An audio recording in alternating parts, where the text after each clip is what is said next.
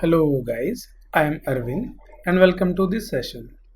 To write C program, we need to keep in mind few C programming rules that we are going to discuss here. So let's get started.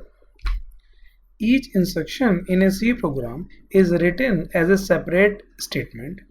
Therefore, a complete C program would consist of a series of statements. Blank spaces may be inserted between two words to improve the readability of the statement. However, no blank spaces are allowed within a variable, constant or keyword. Now moving forward guys, the statements in a program must appear in the same order in which we wish them to be executed. All statements are entered in small case letters.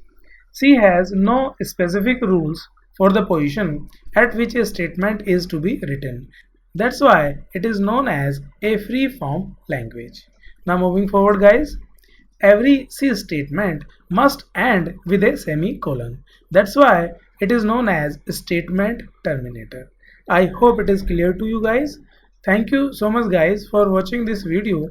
Just in case you liked it, do not forget to like and subscribe.